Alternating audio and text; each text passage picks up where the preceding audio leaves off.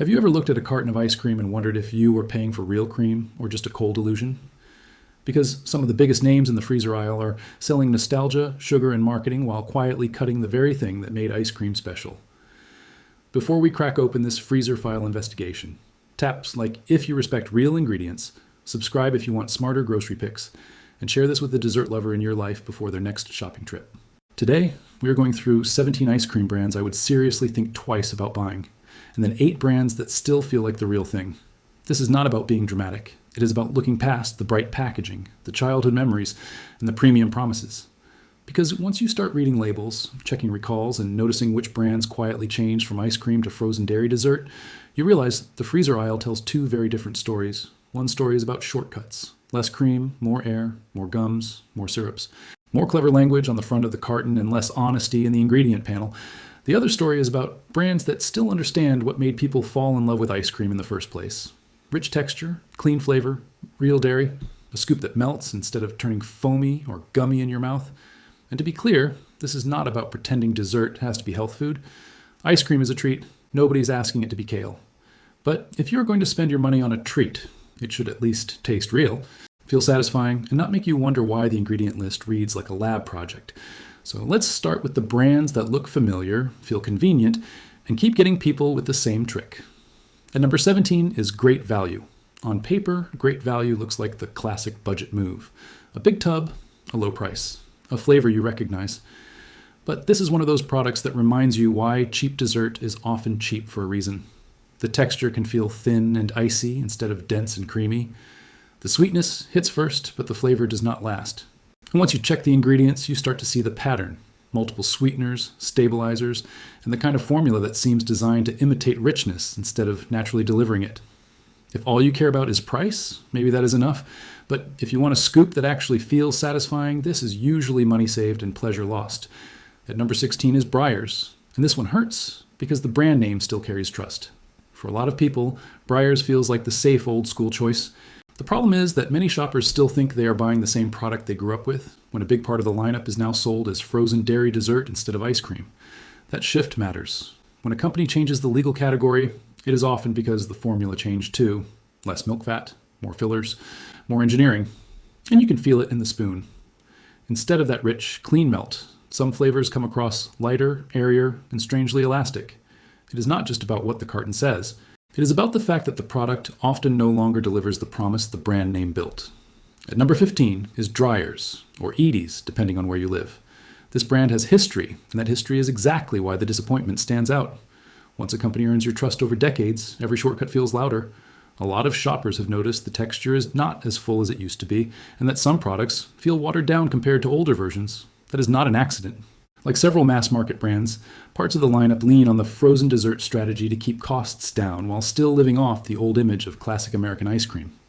Add in sweeter formulas and ingredient panels that are harder to defend, and you get a product that feels more manufactured than indulgent. At number 14 is Favorite Day, Target's stylish in-house brand. This is a perfect example of how modern packaging can make a weak product look premium. The pints look clean. The names sound upscale. The branding tells you this is a fun little upgrade. But then you open it, and sometimes the texture gives the whole game away.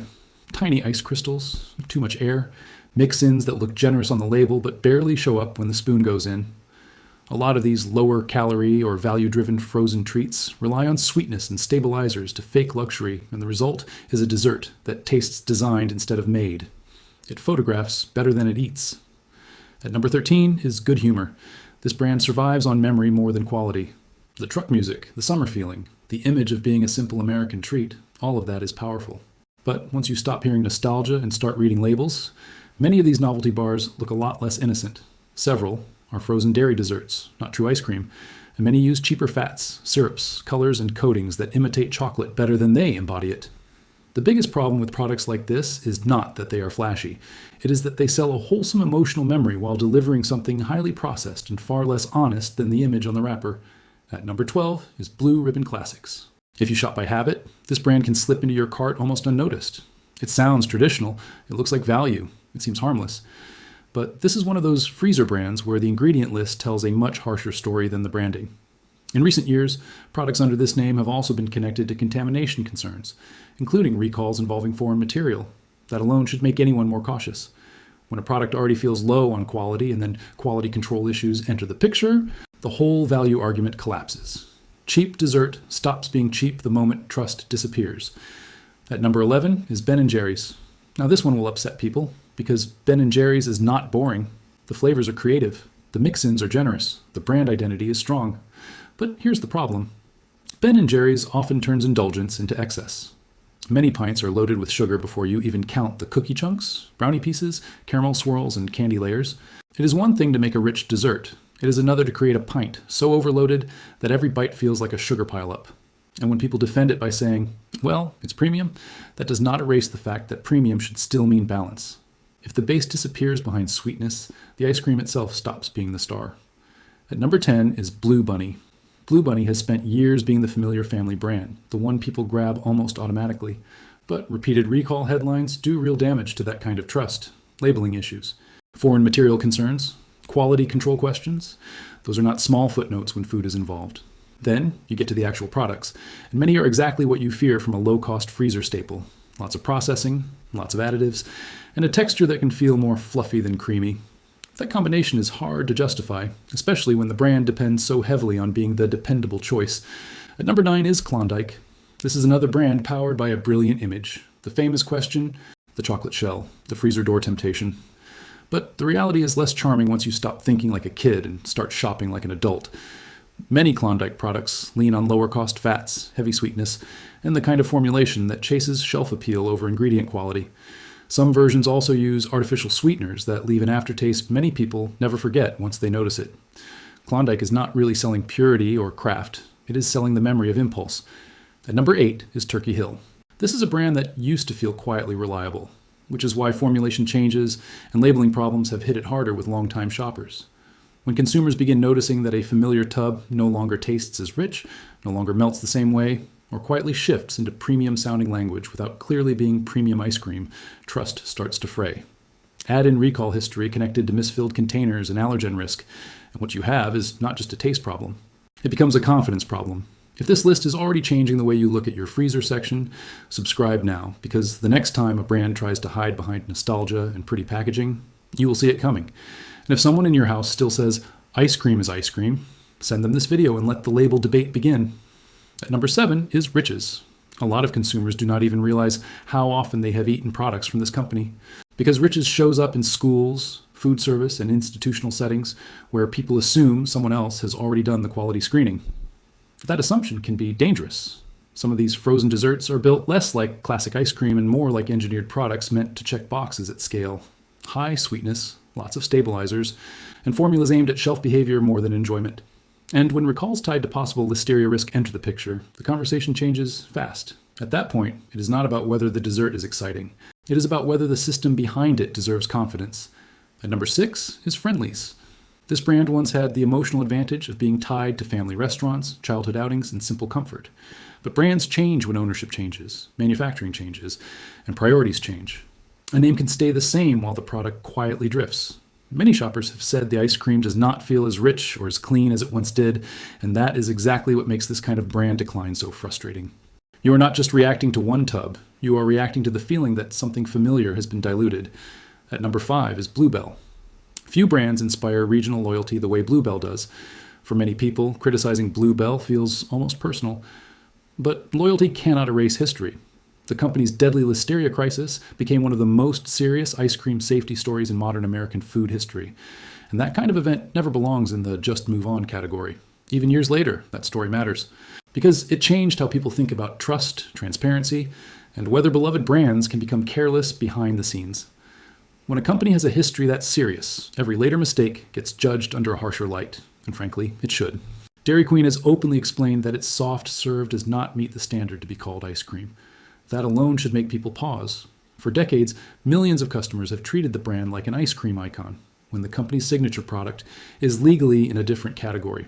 Now, that does not automatically make it terrible, but it absolutely makes the branding feel more slippery than people assume.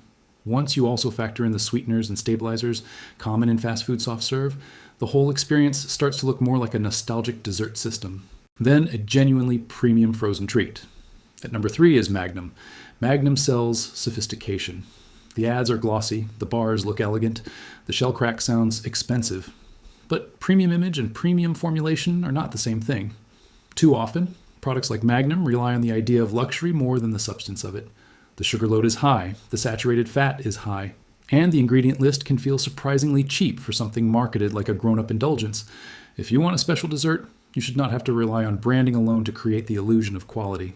At number 2 is Baskin-Robbins. This brand built its legend on abundance. So many flavors, so much choice, so much fun. But sometimes endless choice is what distracts you from declining standards. When customers started noticing smaller packaging, more artificial flavor impressions, and a gap between the premium image and the actual eating experience, it chipped away at the magic.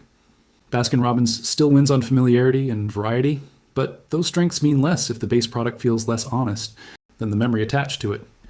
And at number 1 is Halo Top.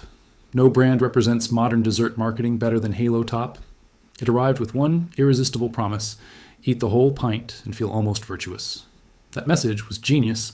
It was also the reason so many people ignored the trade-offs. To get those calorie numbers down, products like Halo Top often depend on airiness, alternative sweeteners, and a formula that feels more like a workaround than a dessert. Some people do not mind that. Others notice the strange aftertaste, the lighter body, and the fact that it satisfies. The brain's guilt story better than the mouth's craving for real ice cream. Halo Top did not become famous by making the best pint. It became famous by making people feel less bad about finishing one. So what is the pattern in all 17 of these brands? It is not that every single product is dangerous. It is not that one spoonful will ruin your life. The pattern is much more common and much more frustrating than that. It is dilution. It is the slow replacement of richness with engineering. It is the use of image to cover formula changes. It is companies betting that most shoppers will not notice when ice cream becomes frozen dairy dessert, when real cream gives ground to fillers, or when the front label says comfort while the ingredient list says cost cutting. And this is where a lot of shoppers get stuck, because the carton does not exactly scream the truth at you. You have to know what to look for. Start with the category name. If the front says frozen dairy dessert, that is already a clue that the formula is not meeting the standard people usually imagine when they hear the word ice cream. Then check the first few ingredients. When cream and milk lead the way, that is usually a better sign than when syrups, oils, or a parade of additives start taking over. After that, pay attention to how the product behaves. Real ice cream usually scoops with some resistance, melts gradually, and leaves a clean richness behind. A weaker product often feels fluffy, foamy, too cold, too sweet, or oddly gummy after a few bites. The other big clue is air. Cheap frozen desserts are often whipped with more overrun, which means more air volume inside the container. That is one reason a tub can look generous and still feel strangely empty once you start eating it. You're not always paying for substance. Sometimes you're paying for expansion. That is why denser brands tend to feel more satisfying, even if the container looks smaller. One honest scoop can beat 3 forgettable ones, and that is why the second half of this video matters even more. Because real ice cream is still out there. Not perfect, not cheap in every case, but real, dense, honest, memorable. The kind of dessert that reminds you why this category became iconic in the first place. At number 8 on the good list is Van Leeuwen. This brand has done a great job keeping its identity simple. Bold flavors, strong texture, and ingredient lists that feel much closer to what people imagine when they hear the words premium ice cream. Van Leeuwen has built a reputation around actual richness instead of airy volume. You take a spoonful and it feels dense, not inflated. Even when the flavors get playful, the base still feels grounded. That matters. A creative flavor means nothing if the ice cream underneath is weak. And number 7 is Graeters. This is the kind of brand people talk about with almost protective pride. And once you taste it, you understand why. Graeters feels old-fashioned in the best possible way. It has weight, it has body, it melts slowly and cleanly. The fruit flavors taste like they came from somewhere real, and the chocolate pieces have presence, instead of feeling like generic candy bits mixed into a sugary base. In an era of fluffier, cheaper, more overrun heavy products, Graeters feels stubbornly committed to density and depth. At number 6 is Salt and Straw. What makes Salt and Straw stand out is that it proves creativity does not have to mean chaos. A lot of brands use wild flavors to distract from weak fundamentals. Salt and Straw works because the experimentation is sitting on a genuinely satisfying base. The brand has a chef-like mindset, but it still remembers that texture is everything.